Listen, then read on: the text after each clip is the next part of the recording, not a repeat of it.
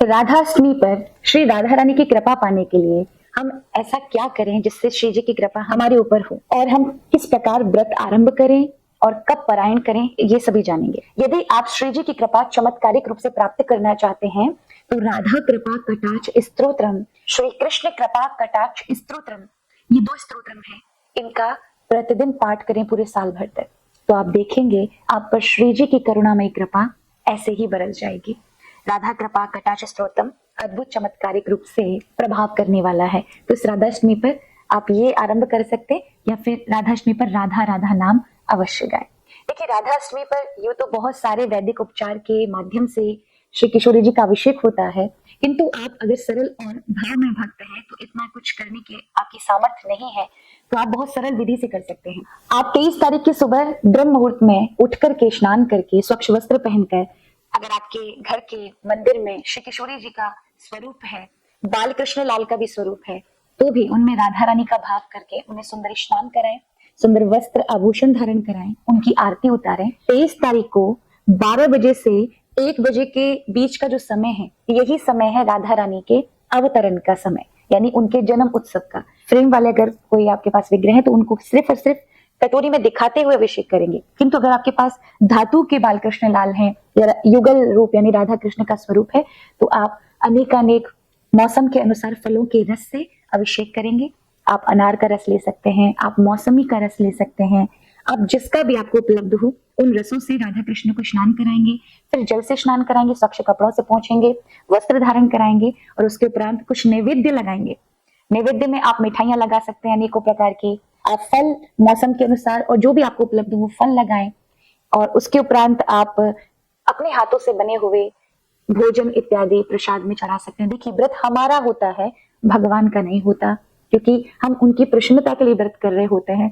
ईश्वर को या ठाकुर जी को व्रत करने की आवश्यकता नहीं है, तो उन्हें उनकी इच्छा के अनुसार वस्तुएं चढ़ाएं।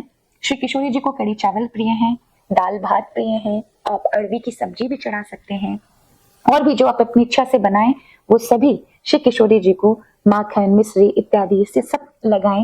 ये सभी किशोरी जी को अत्यंत प्रिय है। और आप पान का बीड़ा भी चढ़ाएं, तांबुल भी श्री किशोरी जी को अत्यंत प्रिय है। आप चंपा के पुष्प, गुलाब की माला, और अगर आपको कहीं से कमल के पुष्प मिल जाएं, और यदि वो भी ना हो तो चंपा के पुष्प मिल जाएं, तो अत्यंत प्रसन्नता प्रदान करने वाले हैं श्री राधा रानी को। आप उन्हें नीले रंग की साड़ी या नीले रंग के वस्त्र, कुछ श्रृंगार का सामान भी चढ़ा सकते हैं। और फिर आप भव्य आरती उतारें, आप धूप इत्यादि दिखाएं, और फिर किशोरी जी से प्रार्थना करें, हे श्री राधा रानी, मैं अनंत बड़ भागी हूँ, भाग्यशाली हूँ कि मुझे आपके पूजा करने का, अभिषेक करने का ये सुअवसर सेवा का मौका मिला है, और ये बिना हरि की कृपा और आपकी कृपा के संभव नहीं है। हे किशोरी जी, मुझ पर अपनी अनुग्रह कृपा दृष्टि हमेशा बनाए रखना, अपने चरणों का दास बनाए रखना।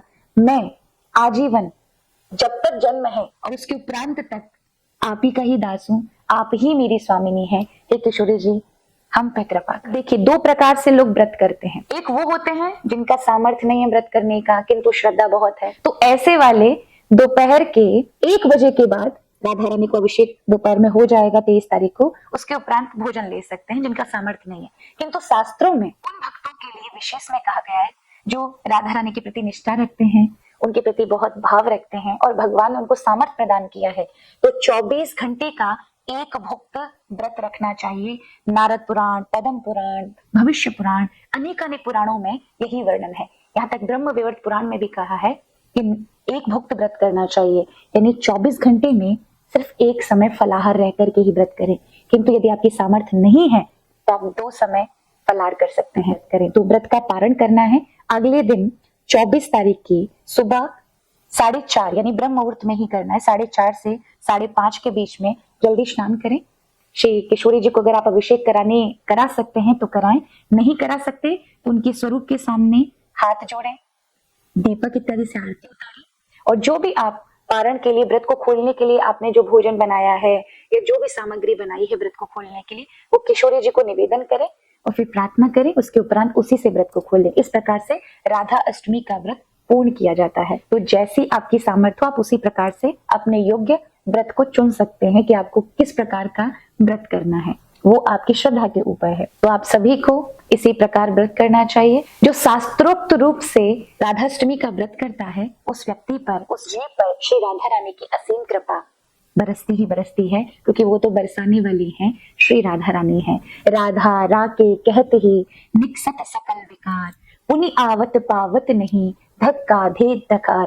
अर्थात राधा नाम के केवल रा कहते ही जीवन से सारे विकार निकलकर भाग जाते हैं। रा कहने से भय होता है, और पीछे से अगर उनको जाने के बाद रा कहते ही भय से भागते हैं, और जैसी बात हो जाने के बाद उनको पता लगता है अरे क्या पता रावण कहने वाले थे, अन्य कोई कुछ शब्द आने वाला था, जरूरी थोड़ा ना राधा, तो लौट कर आ रहे होते हैं। तब तक पीछे से धा आता है और धक्का धेत धकार, पीछे से आए हुए धा ने ऐसा धक्का दिया उन सभी विकारों को कि वो जीवन में उस भक्त के कभी आ नहीं सकते और उसे सता नहीं सकते। ऐसी करुणामयी श्री राधा रानी का नाम इस राधाष्टमी पर अवश्य लीजिएगा। आप सभी को राधाष्टमी की ढेर सारी शुभकामनाएं।